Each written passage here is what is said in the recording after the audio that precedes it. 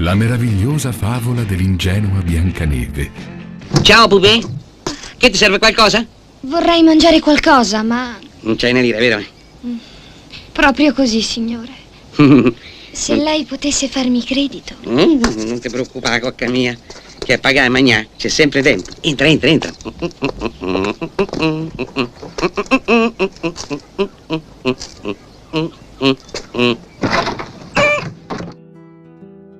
Cari amici della Soffitta di Pippo, ben ritrovati. Ultimamente al cinema e sul web non si parla d'altro che di Biancaneve, tra polemiche, adattamenti moderni e versioni sempre più discusse. Ma, amici soffittari, voi sapete bene che a noi piace andare controcorrente, scavare nel passato e recuperare quei gioiellini nascosti che, diciamocelo, forse ci piacciono molto più delle nuove produzioni hollywoodiane. Oggi, infatti, vi propongo una Biancaneve decisamente più pepata, divertente e soprattutto maliziosa. La Biancaneve di Michela Miti, la protagonista di Biancaneve & Co., film diretto nel 1982 da Mario Bianchi. Ma dove sono finiti i miei pesciolini? E come guizzavano bene. Priscilla! Priscilla, dove sei? Biancaneve & Co. è una parodia spregiudicata della fiaba classica, tratta dal fumetto erotico italiano creato dal grande Leone Frollo, maestro assoluto della sensualità disegnata. Questa pellicola si inserisce perfettamente nel filone della commedia sexy all'italiana, un genere che negli anni 70 e 80 ha fatto impazzire e divertire generazioni di spettatori. Al centro di questa reinterpretazione osé c'è lei, Michela Miti, meravigliosa bellezza romana che appena ventenne già aveva stregato il pubblico con ruoli provocanti nelle celeberrime commedie di Pierino. Michela qui incarna una Biancaneve audace e maliziosa, principessa decisamente sui generis che ama essere corteggiata da tutti i sudditi del suo regno. Il principe azzurro non sopporta le donne sudate, perché non ti dai una sciacquata? E come? Non ti preoccupare, ci penso io.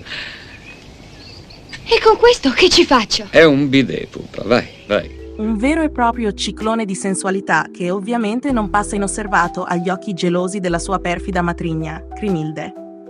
Crimilde, interpretata da Damiane St. Clair, decide così di liberarsi della scomoda principessina assoldando un sicario. Ho deciso di adottare un provvedimento drastico. Voglio un killer professionista. Un killer? Sì, un killer. Sapete dove trovarlo? Tuttavia, come da tradizione nelle commedie sexy nostrane, il killer, invece di compiere il suo crudele dovere, finirà inevitabilmente per innamorarsi perdutamente della bellissima Biancaneve. E come dargli torto? D'altronde, davanti a una bellezza come quella di Michela Miti, con la sua figura mozzafiato e quegli occhi capaci di stregare chiunque, sarebbe stato impossibile resistere. Avanti un altro! A rendere ancora più irresistibile il film ci pensano alcuni volti amatissimi del cinema di genere italiano. Gianfranco D'Angelo interpreta lo specchio magico con la sua solita ironia pungente, mentre il gruppo dei Sette Nani, o meglio, Sette Saggi, vede impegnati attori storici e inconfondibili come Tiberio Murgia, Enzo Garinei e Aldo Ralli, che contribuiscono con la loro comicità a un mix esplosivo di ironia e leggerezza.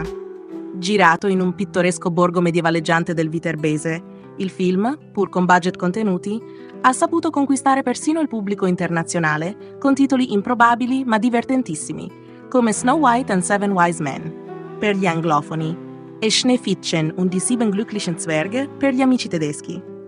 Insomma, il fascino piccante della nostra Biancaneve ha superato ogni confine.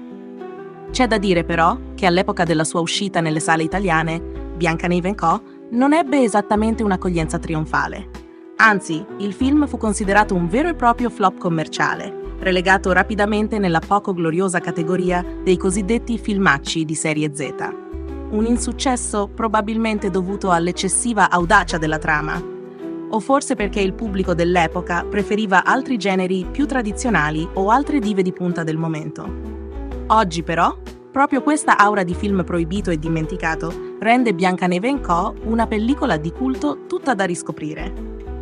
Vale la pena sottolineare che questa pellicola non nasce dal nulla, ma trova ispirazione nel fumetto Biancaneve del già citato Leone Frollo, una serie che negli anni 70 aveva già conquistato molti lettori con la sua carica erotica e dissacrante, regalando una visione tutta nuova della principessa più famosa delle fiabe. Personalmente trovo che Biancaneve Co. sia uno di quei film da recuperare assolutamente. Diverte, seduce e ci ricorda un'epoca in cui il cinema italiano sapeva osare, prendendo in giro i classici e strizzando l'occhio al pubblico con quella malizia tipicamente nostrana che oggi tanto ci manca. E poi, diciamocelo chiaramente, chi non vorrebbe essere rapito, almeno per un'ora e mezza, dagli occhi e dal sorriso malandrino della bellissima Michela Miti? Cari soffittari, non lasciatevi sfuggire questa chicca. Recuperatelo, guardatelo, divertitevi e fatemi sapere nei commenti cosa ne pensate. E non dimenticate di iscrivervi al nostro canale per rimanere sempre aggiornati su tutte le sorprese che abbiamo in serbo per voi. Se il video vi è piaciuto, lasciate un bel like e suggeritemi quale altra attrice o film volete che esploriamo nella prossima puntata. Vi aspetto, come sempre, qui nella vostra soffitta di Pippo. A presto! Avanti un altro!